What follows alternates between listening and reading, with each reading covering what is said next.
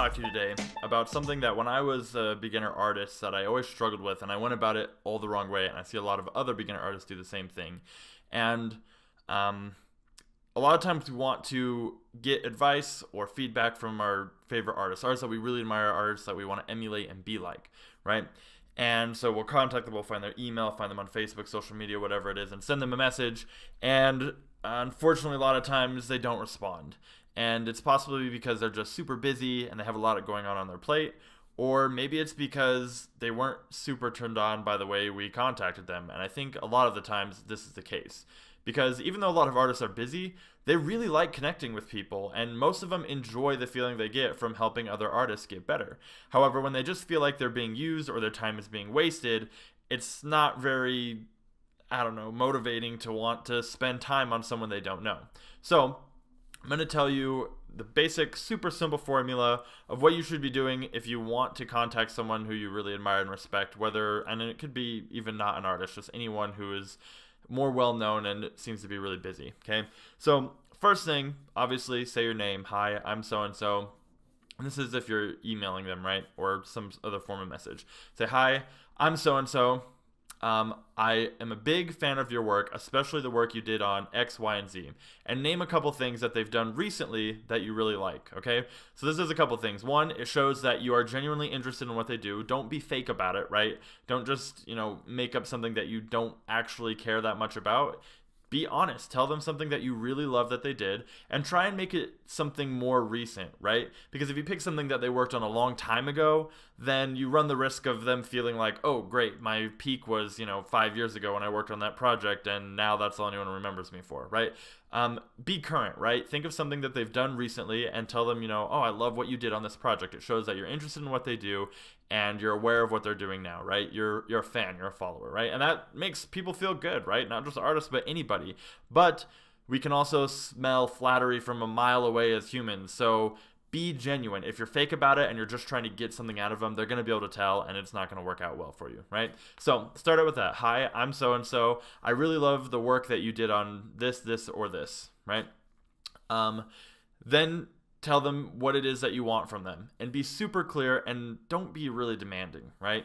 These people are really busy and they work really hard. So if they're going to be taking their time out of their day to help you, it's because it's completely out of the generosity of their heart. So make sure you're super clear. You don't want them to have to guess what it is you're wanting from them, right? If you just say, hey, can you take a look at my portfolio? That's pretty vague, and then that to them means, what do I have to do? They have to think of what it is that you want instead of you just telling them, hey, this is what I need. So instead, be more specific. Like, can you take a look at these 3 images and tell me how I could improve the composition? Okay? Something like that. Or could you take a look at this image and maybe give me some feedback on how I could improve the anatomy, right? Be really specific in what it is you want help on. Don't just leave it up in the air. Don't send them an image and say, what do you think, right? Those are really bad ways and really quick ways to make someone not interested in talking to you, okay? If you want to talk to them, right, maybe you want to have a meeting with them or a quick phone call, or maybe you're trying to pitch an idea to them or something like that. One, make sure it's a good idea. But if you're just wanting to, maybe they live near you and you want to meet up for lunch or something like that, here's what you can do. Contact them, do the same formula as I've said so far, and then say, I'd love to get together and take you out to lunch. And if you're going to take them out to lunch, make sure that you offer to be the one paying. It's not going to go over really well if you go out to lunch with them and then, you don't give them something in return. So take them out and say, maybe we could go grab a bite to eat.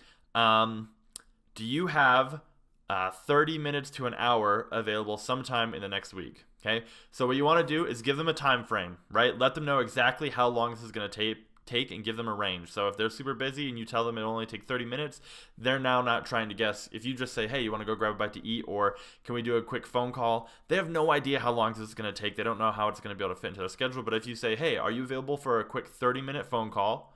And then you say sometime in the next week or sometime between Thursday and Saturday, right?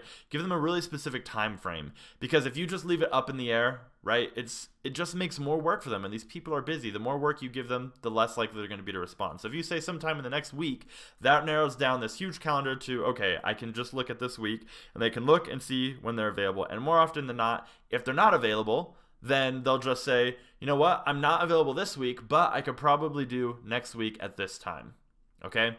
And that tends to work really well. Okay? Don't be pushy, don't be overbearing, but just be genuine, right? And remember this, they are going to be providing you value of some sort, right? Whether it's advice or going over your work, right? Giving you feedback. And no one likes to just give stuff out of themselves, especially to strangers, without getting anything in return. So if you can, think of some way to provide value back to them, right? Give them a shout out on social media, or, you know, hype their product if they're selling an art book or doing a Kickstarter, right? Share a post, you know, really try and figure out a way to help them out so that they're not just doing you this favor for some random stranger and you're not really doing anything in return.